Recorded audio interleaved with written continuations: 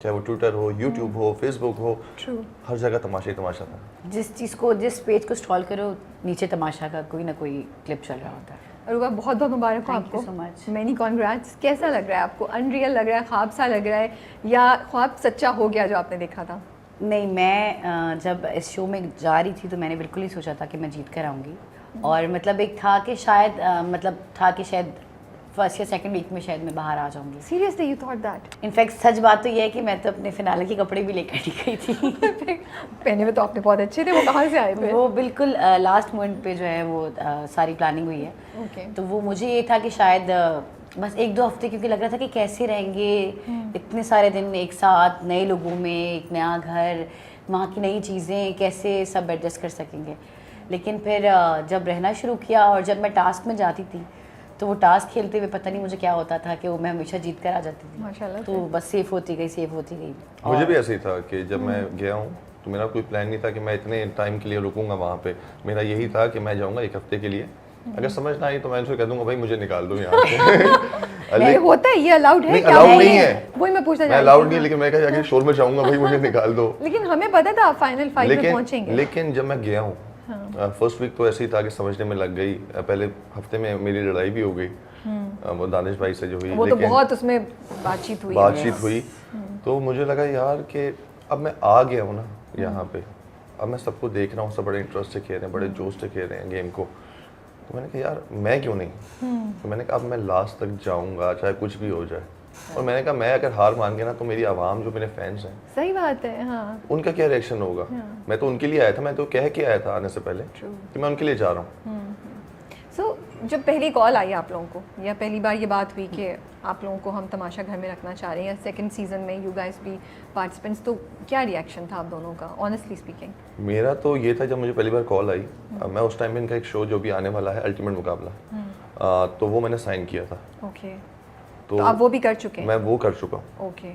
तो मुझे जब उसकी कॉल आई तो मैंने कहा उसके बाद अगले दिन ही इसकी कॉल आ गई। मैंने कहा यार मुझे सोचना पड़ेगा, मुझे टाइम दो। उसने कहा ये सोचने का टाइम नहीं है, तुम मुझे बताओ। अच्छा, मतलब उसी वक्त बतानी, उसी कॉल पे? हाँ या ना? लेकिन उसने कहा जिसकी कॉल आई उसने कहा यार बहुत अच्छा है तुम्हारे लिए।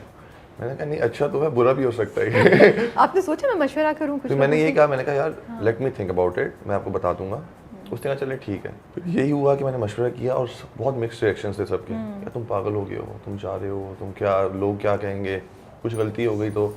मैंने कहा यार अगर मैं सही रहूँगा तो क्यों गलती होगी। हाँ जो चीज़ें होंगी, लेकिन जो मेरे फैंस हैं, हम लोग इंस्टाग्राम पे वीडियोस पोस्ट करते हैं या पिक्चर्स लगाते हैं, तो वो तो वही होती है जो हम दिखाना चाहते हैं। सही बात है। और 50 डेज़ अगर रहना है वहाँ पे तो हम 50 डेज़ एक्टिंग तो नहीं कर सकते ना।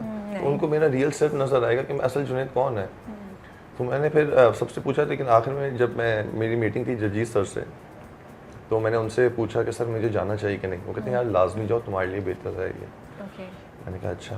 फिर मैं गया अब्दुल्ला सर के पास, अब्दुल्ला सर के पास। मैंने उनसे लास्ट टाइम पूछा, मैंने कहा सर आप बताएं, आप लोग सीनियर हैं, आप लोग देखते हैं डेली यही चीज़ें आप लोग हैंडल करते हैं, तो मुझे जाना चाहिए कि नहीं। वो कह रहे हैं जाओ, मैं कह रहा हूँ तुम जाओ, फिक्र मत करो, और बाकी मुझे लगता है कि तुम एंड तक जा सकते हो, तुम जीत सकते हो, तो तुम जाओ। मैंने कहा ठीक है, आप लोगों ने कह दिया। फिर मेरी वाइफ का भी था कि अच्छा आप जा रहे हो, फिर जीत के आना। तो बस फिर मैं जब गया हूँ तो फाइनल में तो फुल पहुंचा धमाल आपने। मचाई है वहाँ धमाल जाके। मचाया आपने। रुबा आपके क्या ख्यालात थे मुझे जब जब आपको कॉल आई तो पहले तो आप सरप्राइज थी या नहीं थी? नहीं, मुझे उन्होंने पहले भी कॉल किया था, ओह, लेकिन उस टाइम अच्छा। मेरे पास डेट्स नहीं थी लास्ट टाइम। ओके, सो सीजन 1 में भी आपको Yes. अप्रोच किया था? ओके। जब उन्होंने दोबारा कॉल किया तो मुझे लगा कि यार पता नहीं जाना चाहिए। अच्छा, मैंने सीज़न 1 बिल्कुल नहीं देखा था, मुझे कुछ भी नहीं पता उसके बारे में, और ना मैं देख कर गई थी। तो मुझे हुआ कि पता नहीं जाऊँगी, पता नहीं रह सकती हूँ, और पता नहीं कितना टफ टाइम होगा वहाँ पे, कौन लोग होंगे, और अगर कोई जानने वाला नहीं हुआ, बेशक मीडिया के होंगे लेकिन हम हर किसी को नहीं जानते। तो बस ये सोचकर पहले मैंने उनको कहा अच्छा मैं बताती हूँ। फिर मैं सोचती रही, फिर मैंने 2-4 लोगों से पूछा, सबने बोला देख लो, रह सकती हो, है इतना पेशेंस। मैंने कहा पेशेंस की थोड़ी कमी है मेरे अंदर। इसको समझा के मैंने आखिरी हफ्तों में हाथ जोड़ता था, मैं ऐसे बैठी होती थी। पिंकी प्रॉमिस अब मुझे गुस्सा आ रहा है। मैंने कहा गुस्सा नहीं करना तुमने। मैंने कहा अच्छा प्रॉमिस करो तुमने गुस्सा नहीं करना। क्योंकि जब वो हरकतें, I didn't see her reacting like Natasha, you know, और मैं once you बताती did, हूँ, you 2 know, हफ्ते तक तो तो मुझे उस पे बड़ा होता था कि यार ये कैसे, जो भी अंदर चल रहा है, या जिस कंट्रोल से आप बोल रही हैं जो भी आपकी फीलिंग्स है, मतलब मैं आपकी जगह होती हूँ, मैं तो मुझे लगता है मैं तो बहुत ज़्यादा कुछ चीखम-धाड़ी कर चुकी होती ऐसे ही सबका चाह रहा होता है, लेकिन जैसे वो ना तू तड़ाक मुझे अच्छा नहीं लगता, तो वो चीज़ ना मुझे पिन भी उसी चीज़ ने किया। 2 हफ्ते तो मैं बिल्कुल चुप रही, ठीक है, अपना जैसी बात है, आप लोगों को जान रहे होते, उसमें कुछ लोग जानने वाले थे, बाकी कुछ जैसे मिशेल थी, उससे मेरी वहीं दोस्ती हुई, ज़ैनब से वहीं दोस्ती हुई, तो वो कुछ टाइम तो अच्छे से गुजर गया। लेकिन जब नताशा से थोड़ा सा स्टार्ट हुआ, तो वो जो तू तड़ाक करती थी ना, वो मुझे बहुत बुरा लगता था। तो बस उस चीज़ को लेकर ना कई दफ़ा मैंने शाउट कर दिया, जिससे मुझे बाद में डांट भी पड़ी, दोस्तों ने भी, इसने बहुत कहा कि ज़रूरत नहीं है, क्यों बोल रही हो।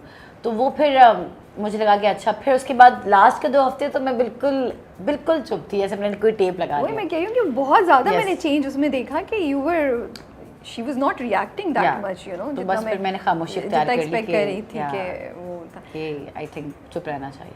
अच्छा, पिछली बार जो कंटेस्टेंट्स आए थे, जब हम उनसे इंटरव्यू कर रहे थे, तो उनमें से बहुत से का ख्याल ये था कि शो इज़ डिज़ाइंड इन अ वे कि वो आपके अंदर जो टॉक्सिसिटी है उसको बाहर लेकर आता है। क्या आप लोग को भी यही फील होता है? डिज़ाइन तो शायद है भी सही, ऐसा डिज़ाइन बिल्कुल ऐसा है, लेकिन बहुत हद तक नहीं भी है, ठीक है।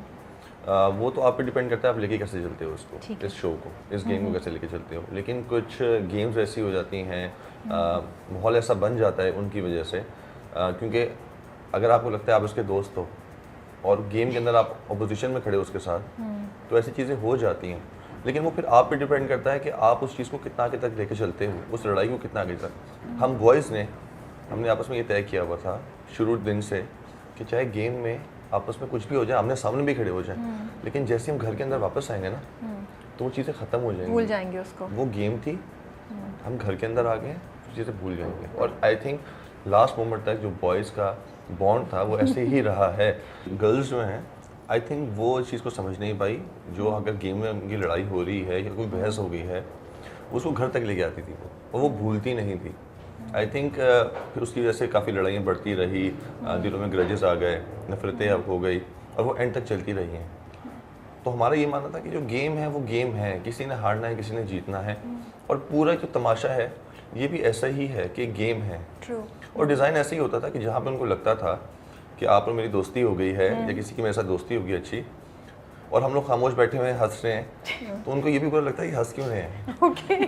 तो कोई ना कोई ऐसी चीज़ हो जाती थी, और हमें पता था अभी हम बहुत हंस रहे हैं, अगली लम्हे हम रो रहे जब हम हैं, बहुत ज़्यादा हंस रहे होते थे तो हम कहते थे अब अगला लम्हा कुछ खतरनाक है, या कोई ऐसा टास्क आ गया जिसमें हमें लग रहा है कि यार ये तो बहुत ईजी है, ये तो हो गया समझे, वो उसको इतना डिफ़िकल्ट बना देते थे। और जो वज़ीर था वहाँ पे, हम लोग कहते थे वज़ीर सेफ़ है, लेकिन वो सेफ़ होके भी अनसेफ होता था बेचारा, क्योंकि वज़ीर के ऊपर इतनी रिस्पॉन्सिबिलिटीज़ डाल देते थे, टास्क के अंदर भी रूल्स तो आपको डिफ़ाइन कर देते थे। जब वो वज़ीर देखता था मेरे यहाँ पे दोस्त खड़े हुए हैं, यहाँ पे बाकी सब खड़े हुए हैं, तो ऊपर से कहते थे आप अपने रूल्स बना लें, ओह, आप अपने रूल्स बना लें, आप अपने रूल्स बना सकते हैं। ओके। जब वो रूल्स बनाता था तो एक बंदा कहता था कि यार तुमने गलत बनाया, दूसरा बंदा कहता था तुमने सही बनाया, वो आपस में लड़ गए, वज़ीर के ऊपर सारी बात आ गई, और जब वो घर के अंदर आते थे तो वज़ीर बेचारा पिस रहा होता था। डांट तो सिर्फ बहुत ही वज़ीर को पड़ती थी, confusing है। सिर्फ बहुत ही वज़ीर को। कंफ्यूजिंग है, और वो बेचारा घर के अंदर भी पिस रहा है, किसी ने बगावत कर दी, मैं खाना नहीं बनाऊंगा, मैं टास्क नहीं करूंगा। शुरू के डेज में तो यही था